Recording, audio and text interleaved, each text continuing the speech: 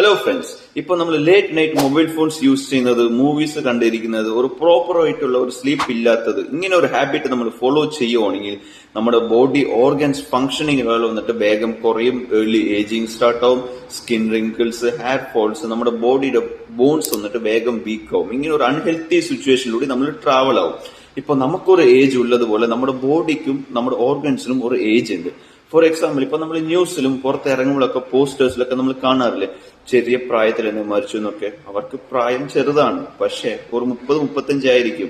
അവരിപ്പോ ഞാൻ പറഞ്ഞ പോലെ കുറച്ച് അൺഹെൽത്തി ഹാബിറ്റ്സ് ഫോളോ ചെയ്ത കാരണം അവരുടെ ഓർഗൻസിന്റെ ഏജ് നോർമൽ ഏജിനെക്കാട്ടും വളരെ കൂടുതലായിരിക്കും, ഒരു 50-60 ഒക്കെ ആയിരിക്കും. അതായിരിക്കും മെയിൻ റീസൺ അവർക്ക് ഇങ്ങനെ ചെറിയ പ്രായത്തിൽ ഇങ്ങനെ ഒന്നും സംഭവിക്കാൻ കാരണം.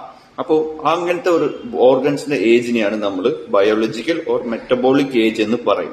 ഇപ്പൊ നമ്മുടെ ഹെൽത്ത് മെയിൻറ്റെയിൻ ചെയ്യണമെങ്കിൽ, നമ്മൾ ഒരു healthy active life style maintain ചെയ്യണമെങ്കിൽ ഫസ്റ്റ് നമ്മൾ ചെയ്യേണ്ടത് ഒരു 7 to 8 hours ഡീപ് സ്ലീപ്പ് നമുക്ക് വേണം. അതിനൊപ്പം തന്നെ ഒരു ന്യൂട്രീഷണൽ ആയിട്ടുള്ള ഒരു ഭക്ഷണ രീതി നമ്മൾ ഫോളോ അപ്പ് ചെയ്യണം. അതിനൊപ്പം ഒരു ഹെൽത്തി ആക്റ്റീവ് ലൈഫ് സ്റ്റൈൽ നമ്മൾ മെയിൻറ്റെയിൻ ചെയ്ത് കഴിഞ്ഞാൽ ലൈഫ് ലോങ് ഹെൽത്തി ആയിട്ടും ഫിറ്റ് ആയിട്ടും ഹാപ്പി ആയിട്ട് നമുക്ക് മെയിൻറ്റെയിൻ ചെയ്യാൻ പറ്റും.